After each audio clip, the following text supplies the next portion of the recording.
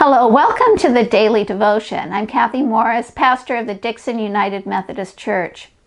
The Apostle Paul knew a lot about the struggles of this life. He was an intense person, and in his conflicts with others, they tended to push back with just as great an intensity.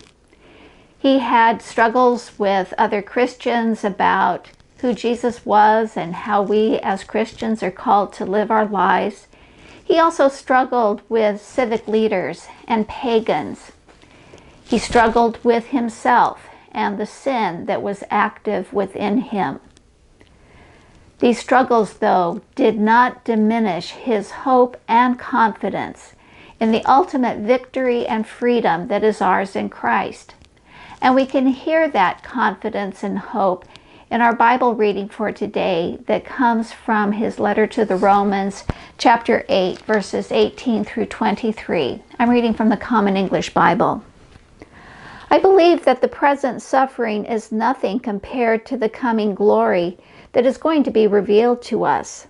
The whole creation waits breathless with anticipation for the revelation of God's sons and daughters.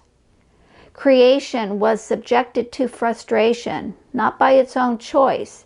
It was the choice of the one who subjected it, but in the hope that the creation itself will be set free from slavery to decay and brought into the glorious freedom of God's children. We know that the whole creation is groaning together and suffering labor pains up until now. And it's not only the creation. We ourselves, who have the Spirit as the first crop of the harvest, also groan inside as we wait to be adopted and for our bodies to be set free. Christian history is full of times of struggle. The Protestant Reformation, as begun by Martin Luther in 1517, was a time in which there was great struggle. And in fact, that Reformation brought about great change. And the turmoil in the church went on for more than a century. Richard Baxter was born in 1615, and so that was just about 100 years after Luther nailed his 95 Theses to the church door in Wittenberg. He became known as a Puritan divine. Richard Baxter was a part of a group within the Church of England known as Puritans, and they supported a more extreme form of the Protestant Reformation. The Puritans called their leaders divines. Richard Baxter himself was known for his moderation. He was able to work with Presbyterians, with Episcopalians, with Independents. He was also able to work cooperatively across these lines in pastoral concerns.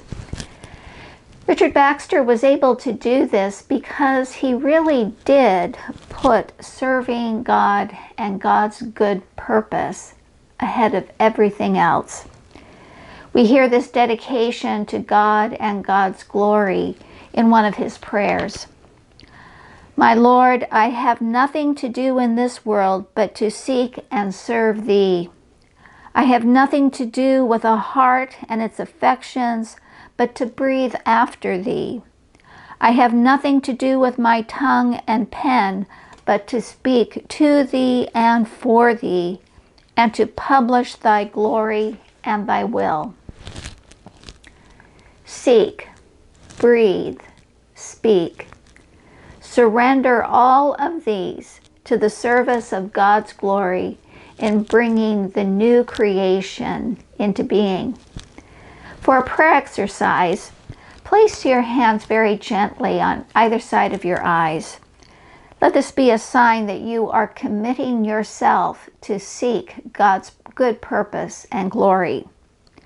Then breathe deeply. And may this be a sign of your dedication to pursue God with your whole heart. And finally, touch your mouth and ask God to give you the words to proclaim God's glory today.